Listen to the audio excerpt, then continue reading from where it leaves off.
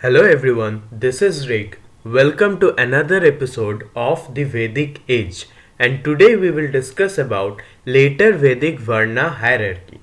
Now first of all, this is not to be confused with the Rig Vedic Varna which we have already discussed. In the Rig Vedic age, Varna system was not rigid, it was very much fluid with the Varna based on people's work, the work they did in the society, their purpose, according to that their varna was given.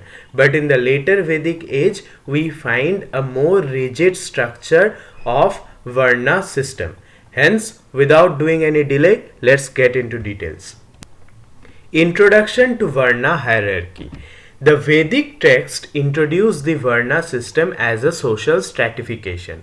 So the Vedic text, all the text you get in the later Vedic period and that of the Rig Vedic period, introduce Varna as a system of social stratification.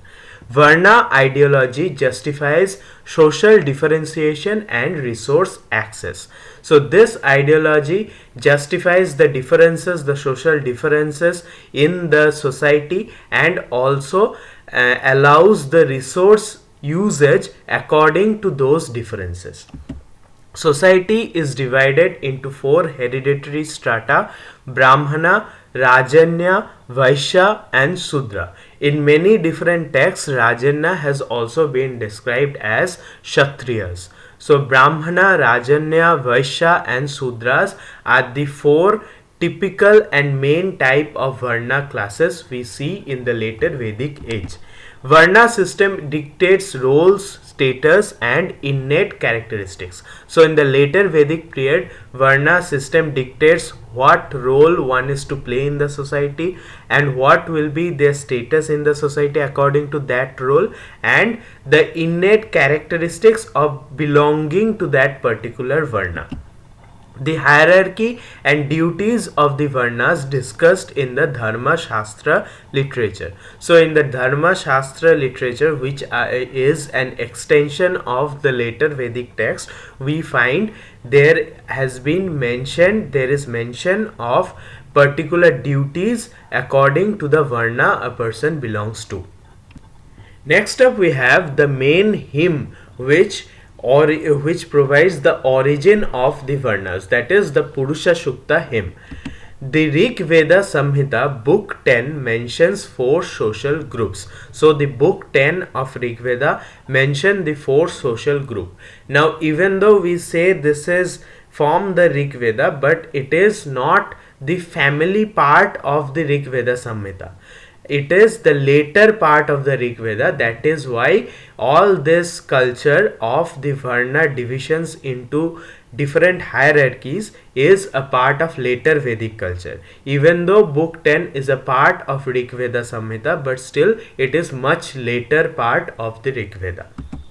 Purusha Shukta Himm does not mention Varna but describes the group. So many people say that Varna totally originates from the Rig Veda. No, the Purusha Shukta Himm does not mention the word Varna. It is not mentioned in the Purusha Shukta Himm. But there has been descriptions of different groups found in the Purusha Shukta Himm. Himm suggests a cosmic sacrifice from which the Varnas originated. So there was a cosmic sacrificial rituals, and from that ritual different Varnas seem to have been originated according to the Purusha Shukta Himm. Hierarchical order with the Brahmana from the mouth, Rajanya from the arms, Vaishya from the thighs, and Sudras from the feet. So these are the different organs of Purusha from where each Varna seems to have been originated according to what is mentioned in the Purusha Shukta Himm, which is there in the book 10 of Rig Veda Samhita. No explicit mention of hierarchy in the Himm itself. Now, whether the designation of one's Varna comes on the basis of birth or on the basis of work, that has not been mentioned in the Purusha Shukta Himm. So, no explicit mention of hierarchy is there in the Himm itself. Early Vedic text and Varna ambiguity. Relative positions of Varna initially ambiguous. So positions of Varnas cannot be, it is very confusing in the initial descriptions of the Varna system. The Pancha Vimsha Brahmana 13,417. So here it is mentioned. Creation of myths place Rajanya or Kshatriya to be the first. So in many different texts, Rajanya or Kshatriya is placed in the foremost category of the Varna hierarchies. Shatabata Brahmana lists Brahmana, Rajanya, Vaishya and Sudra order. So the Satabata Brahmana places Brahmana at first, whereas many other texts also place Rajanya or Kshatriya to be in the first rank of the Varna hierarchy. From the Dharma Shastra text onwards, the words or the order of Varna becomes fixed. So Dharma Shastras are extension which comes even after the Upanishads. So the Dharma Shastras text describe the order of the Varnas to be rigid, and in that order also Brahmanas come first, then comes Kshatriya, Vaishya and Sudras. Brahmana and Kshatriya Varnas had a close but complex relationship. So there has always been a power struggle between the Brahmana and the Kshatriyas. Both consider themselves to be the higher Varnas, and there is a conflict metaphorically represented as the conflict between Varuna and Mitra. So these two early Vedic gods had a conflict in between them, and that conflict has been taken up multiple times while describing the relationship between Brahmanas and the Kshatriyas. Brahmana supremacy and attributes. So Brahmanas were, according to the Dharma Shastras and many other later Vedic texts, Brahmanas were considered to be superior to all other Varnas. So what are the attributes given to the Brahmana Varna? Brahmana held highest status associated with sacrifices and Vedic knowledge. So Vedic knowledge, interpretation and the interpretation and analysis of the Vedas had the Brahmanas had the sole right over it. Atria Brahmana shows preference of a Brahmana over a Kshatriya. So Atria Brahmana is another extension of the Vedic text.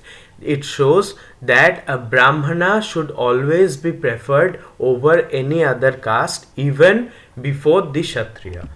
Shatabata Brahmana attributes Brahmanas with purity, glory, conduct and teaching. So Satabata Brahmana lists some of the roles which a Brahman is supposed to have played in a society, and those roles are Brahmanas should be symbols of purity. They should be like bringers of glory to the society, and their conduct should be very much moral and religious, and also they have been given the responsibility to teach all the other four varnas, because the Vedic knowledge was reserved to them and they had the sole right to interpret the Vedas. Brahmanas received honors, gifts and were free from being harassed. So Brahmanas had in plenty of the Vedic stories we find Brahmanas receiving honors and gifts from the kings of that region, and also they were free from being harassed. They were considered to have divine connection with the Almighty, hence the mortal beings had no right to harass them in any means.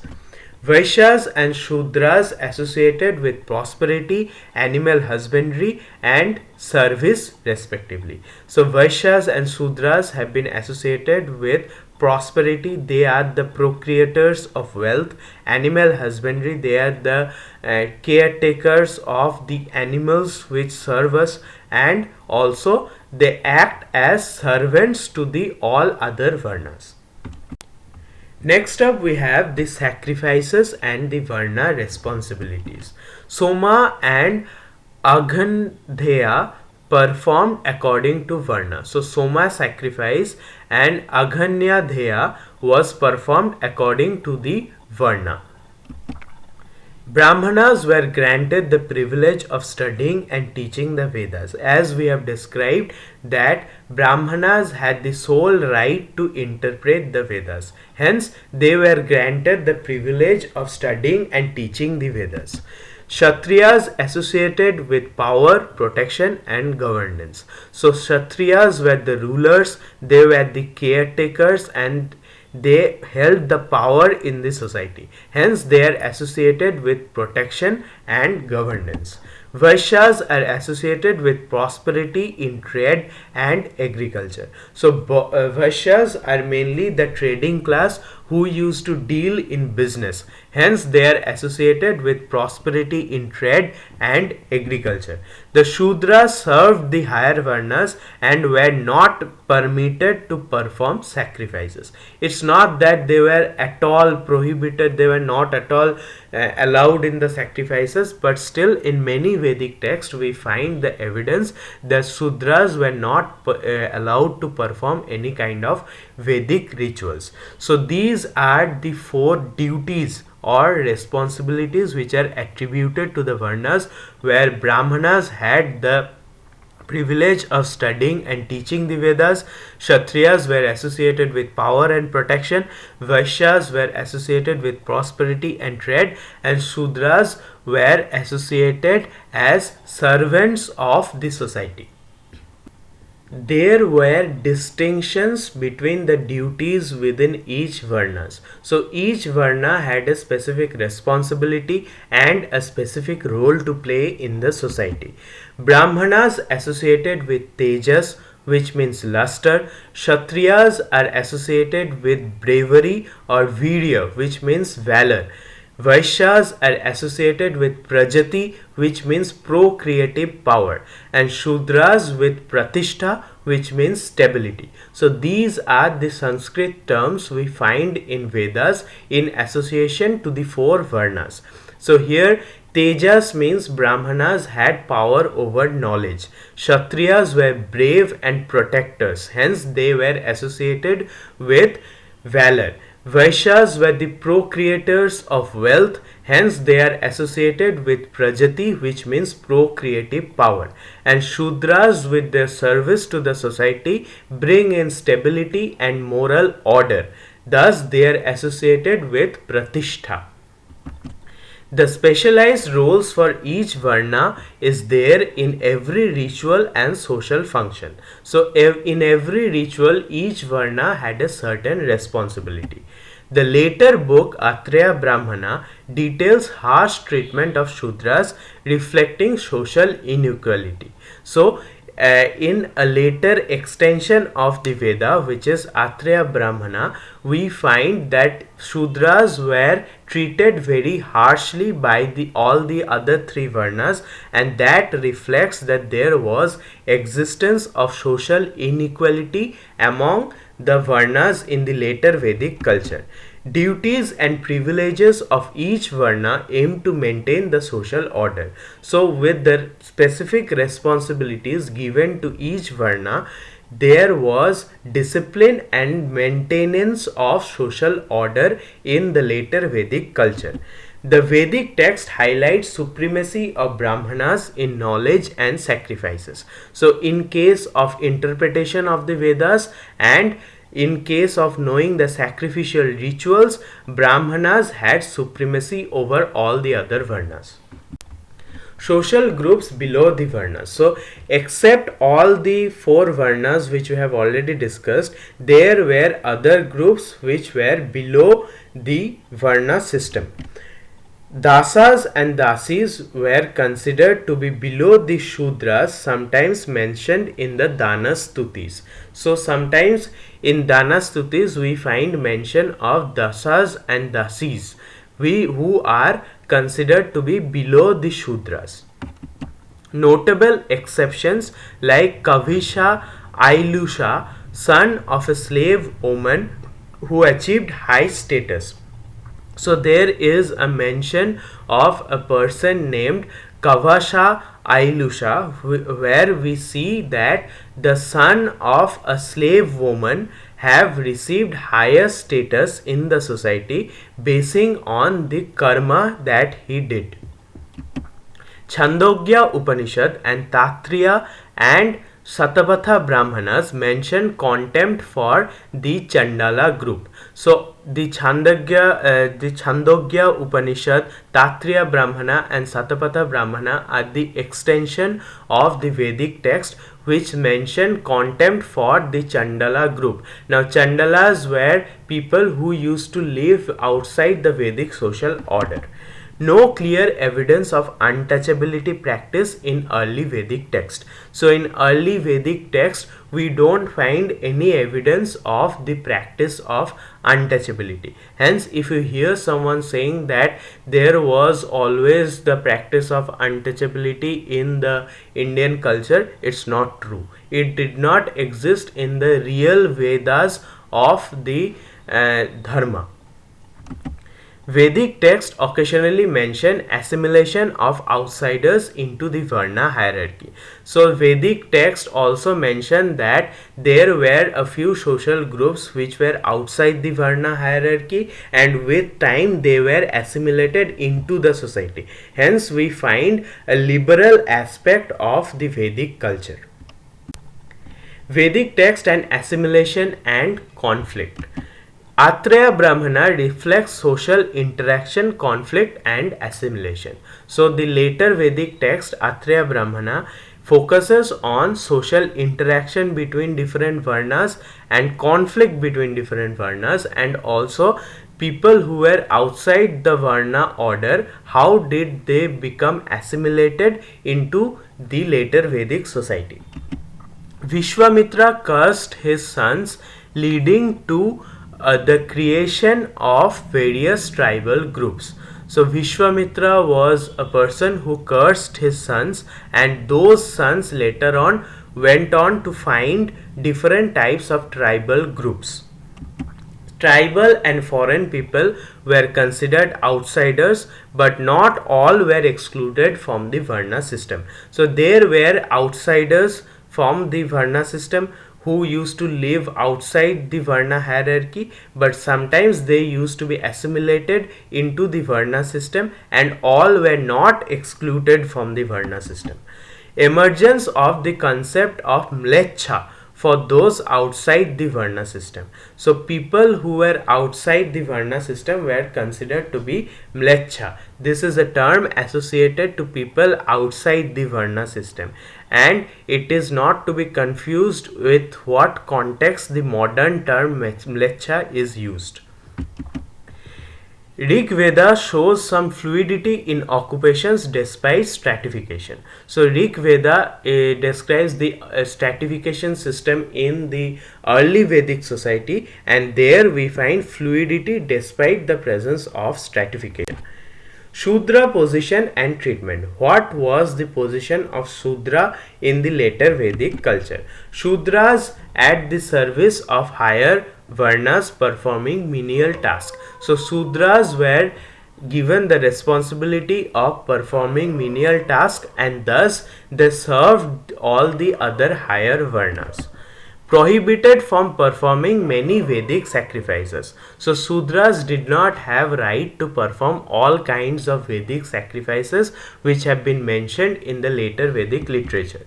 Dikshita, initiated for a Vedic sacrifice, not allowed to speak to a Shudra. So people who had the right to perform Vedic sacrificial rituals were sometimes not allowed to speak to a Shudra. Hence, there was a social division between the Shudra and the upper three Varnas. Atria Brahmana indicates that Shudras had to pay heavily when they failed at their works. So, there was some kind of punishment sometimes given to the Shudras, according to the later Vedic text Atria Brahmana, which says that when Shudras failed at their works, they had to pay some kind of heavy penalty. Strict restrictions on Sudras highlight the rigid structure of the Varna system. So, the restriction on the Varna of Shudras meant that there was a rigid structure of the Varna system. Shudras faced social and religious ostracism reflecting hierarchy. So there was a clear-cut division between the Shudras and all the other Varnas, reflecting hierarchy in the Varna system. The system reinforced Shudras as a working class. So Shudras can be defined or thought to be the working class of the later Vedic culture, and they were prohibited from performing many Vedic sacrifices, and there was a clear-cut division among the Shudras and all the upper three Varnas. Social outcast and assimilation. So who were the outcasts? Reference to groups considered lower than the Shudras like Dasas and Dasis. So Dasas and Dasis have been described to be social groups who existed on the base of the society. They were lower to even the Shudras. Instances of social mobility for children born of a slave woman, example Kavasha Ailusha. So this is an instance where we find the social mobility. A slave person born from a slave woman upwarded his caste, upwarded his varna on the basis of the good work that he did. So there was existence of upward mobility in the Varna system. Chandogya Upanishads and Tatariya and Shatapatha Brahmanas illustrate the negative views towards the Chandalas. So Chandalas were societal outcasts who were projected in a negative viewpoint in the Chandogya Upanishad, Atria Brahmana and Shatapatha Brahmana. Now all these are later Vedic texts. They are not the core of the Vedas. Rig Veda records the assimilation of non-Aryans and legitimizing their role in the society. So Rig Veda records the fact that many of the outsiders, many of the outcasts were later taken inside the Varna system, and thus they assimilated in the Vedic culture. Hence there was a liberal concept to welcome the outsiders. Assimilation stories reflect attempts to integrate outsiders into the Varna system, like the curse of Vishwamitra's sons. So, in the case of Vishwamitra's curse, we find that his sons were victim of some kind of curse by Vishwamitra, and they later on went on to find different other tribes. So they were later again assimilated into the Varna hierarchy. Thus we find that there was an attempt to integrate the outsiders into the Varna system. Upward mobility and fluidity. Later Vedic texts suggest fluidity in social stratification and upward mobility. So even though the Varna system in the later Vedic period was much more rigid than that of the Varna system in the early Vedic period, but still we find evidences of fluidity and upward mobility in the Varna hierarchy. Rig Veda portrays a society where roles and professions could vary. So Rig Vedic age describes the Varna system as a class attributed to a particular person based on the profession that the person did. So that was the Varna system in the early Vedic period. The physicians mentioned implies a society valuing skills and contributions over birth. So we find mention of a physician, and physicians were people who were held in high regard in the Vedic society. Hence we find that people valued skills and contributions over birth. Wealth accumulation and diverse actions were a part of social fabric. So social fabric did not always depend on on your birth. It also depended on the wealth you had and the power you influenced over the society. It reflects a society in transition, moving towards more stratified structures. So as we move on into the ancient Indian history, we find the society becoming more rigid and more stratified. Societal hierarchy and Vedic rituals. What were the main rituals during the Vedic time? Vedic sacrifices and rituals played a significant role in defining the Varna functions. So, the whole of the religious belief in the Vedic culture resided upon the religious rituals. So, Vedic sacrifices were very important rituals which played a significant role in defining the Varna and class of a society. Brahmanas at the top conducting and teaching Vedic rituals. So Brahmanas were at the top of the social hierarchy, where they were entitled with the function of conducting and teaching Vedic rituals to all the other four Varnas.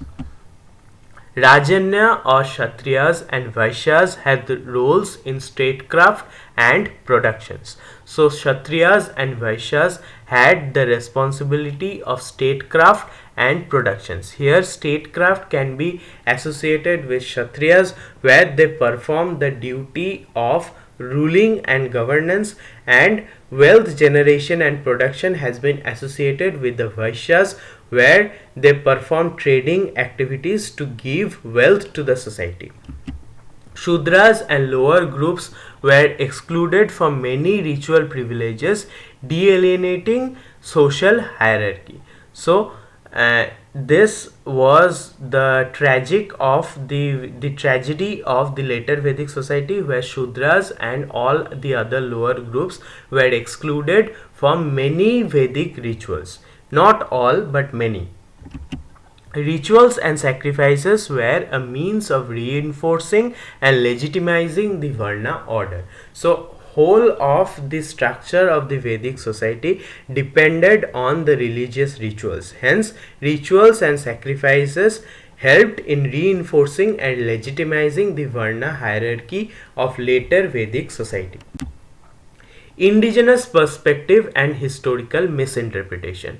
Now, the Indian perspective reflect on the fact that the negative aspect of the Varna system has been put forward since decades by historians in order to show the Indian culture in a bad light. Indigenous understanding of Varna suggests that there was social mobility, with Varna determined by qualities and actions rather than birth. So there is a view that Varna of a person depended on the qualities and actions which he or she performed in their lifetime rather than the birth lineage. So Varna depended on the karma. The original concept emphasized dharma and societal harmony, with each Varna playing a vital role in the holistic functioning of the society. So each Varna playing a vital role in the society contributed towards maintaining social harmony, and that was the original concept of the Varna system, as we have seen when we discussed about the Varna system in the Rig Vedic culture.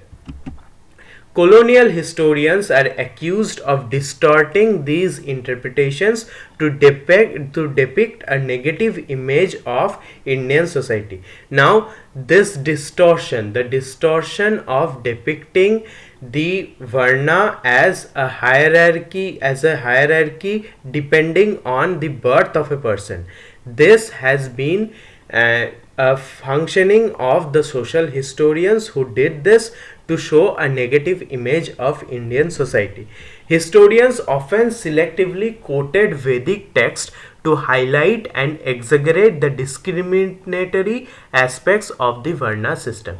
So, in Rig Vedic text, there are more than 10,000 hymns, and that follows in the later Vedic text also.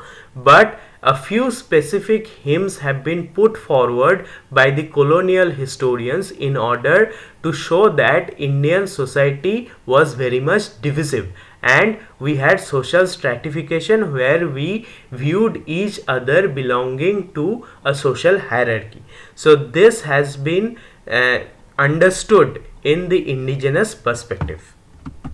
Evidence from local histories and practices that showed more complex and less rigid system was often overlooked or disregarded by the British narratives. So the British narratives disregarded the positive aspects and the fluidity in the Varna system, making it look like a system where there was division in the ancient Indian society. Overview of the Varna system in the later Vedic age. The Varna system established a complex social structure with Brahmanas, Rajanyas, Kshatriyas, Vaishyas and Shudras governing roles, conduct and access to resources. So the system has divided people into 4 Varnas and different roles and functions have been attributed to those 4 Varnas. Textual references such as the Purusha Sukta of the Rig Veda and Dharma Shastra literature provide the foundational ideology for the Varna hierarchy, emphasizing hereditary and occupational roles. The status and interrelationships between the Varnas were fluid initially but became more rigid over time, with Brahmanas and Kshatriyas occupying the highest position. So in the Rig Vedic culture, we find that Varnas were very much fluid and depended on a person's profession, but in the later Vedic times, it became rigid. Rituals and sacrifices were central to the Varna system, with specific duties and privileges assigned to each Varna, reinforcing the hierarchical order. The treatment of Shudras and mention of groups below the Shudras like Dasas and Dasis and Chandalas reflect the social stratification and exclusionary practices of the period. So there was social stratification and exclusion based on the Varna system.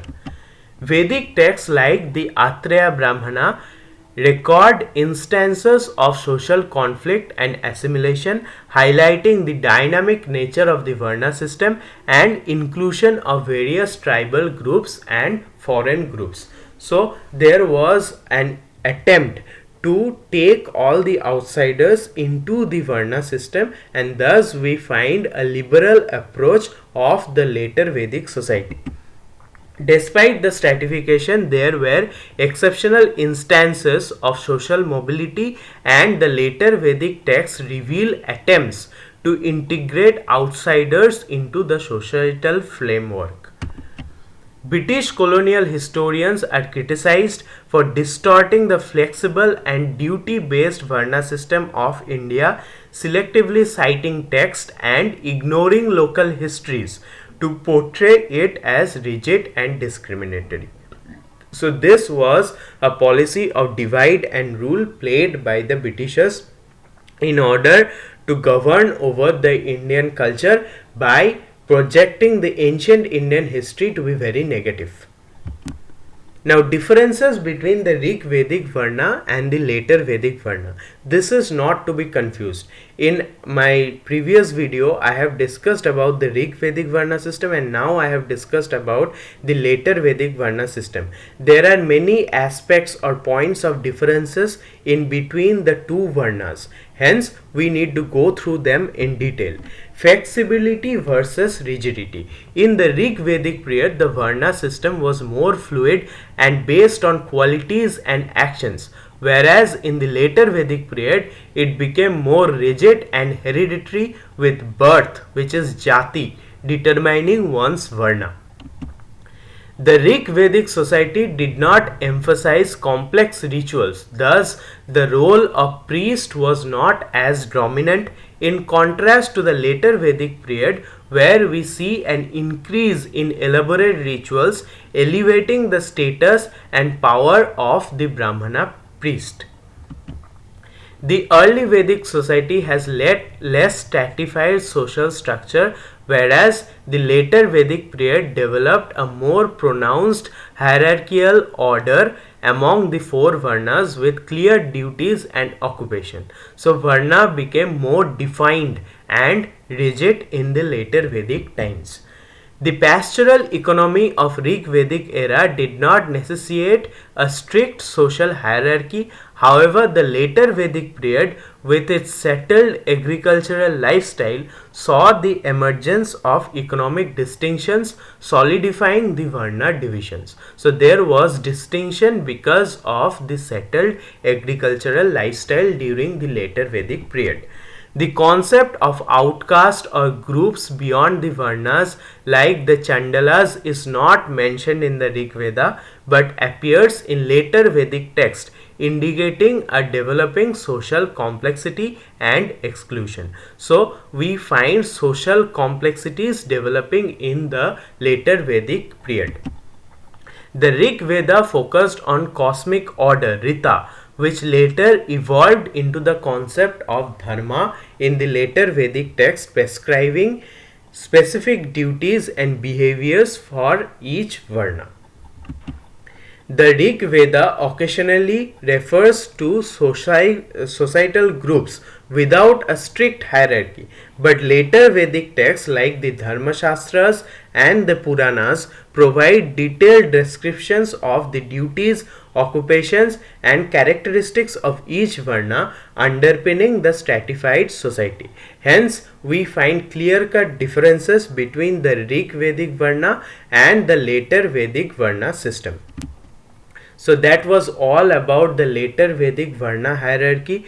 Please don't confuse it with the Rig Vedic Varna hierarchy because as I have described, there are many points of differences. In my next video, we are going to discuss more about the later Vedic culture, and please, it's a request that before going into details about the later Vedic culture, go through the videos on the Rig Vedic culture. That will help you to understand the point of differences between the Vedic cultures. So thank you all, and as usual support me so that I can bring brighter contents in future. Thank you so much.